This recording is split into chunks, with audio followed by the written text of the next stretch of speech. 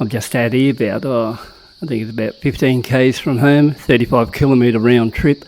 I've got the bike idling in the background simply because it was a little bit hard to start this morning, and I don't know how suspect that battery is, so I thought I'd take it on a bit of a run. So, motoring around here, ran along well, at 80 kilometres an hour, so I've got no complaints there. So while I'm talking, I'll just do a bit of a pan over the bike and just show you a few items of it.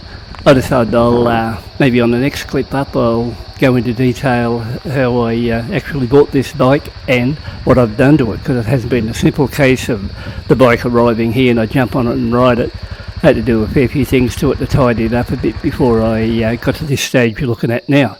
So I figured the best way, rather than bore you with long videos that you might not want to go to distance and watch, I'll just chop them up into smaller ones as I do it, and it'll probably be a little bit more interesting, something for you to watch before you circulate around to other channels, and give you something to come back and say what's going on with that bike at the moment, or what's he doing to it now. So that's the best idea in this, so I hope you like that idea. If you like the clip, give it a thumbs up. If you want to leave a comment about the bike, by all means do. So far I'm enjoying the experience of riding this little 125cc monster. Like I said, on the way out here, I sat on 80 kilometres an hour most of the way on the flatter area. On the one straight, I just sat on 90 just to see how it got up to that speed.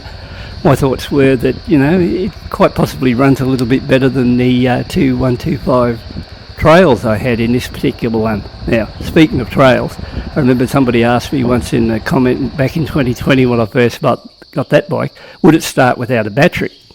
Now, I actually remember pulling the battery out of that one and removing the battery totally and kick-starting it, and the bike did start without a battery in it, no battery at all. But I also know it was a real terror to get into that battery to get it out too, so it was a fair bit of problem involved getting it out.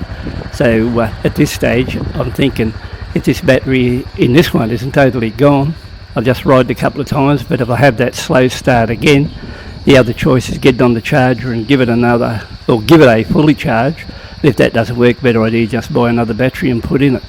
But that bit aside, I've done quite a bit with this bike. You mightn't think so to look at, or you've seen the videos to it, but I've been into it and tidied it up quite a bit in a lot of areas. So, it's presenting itself pretty well now.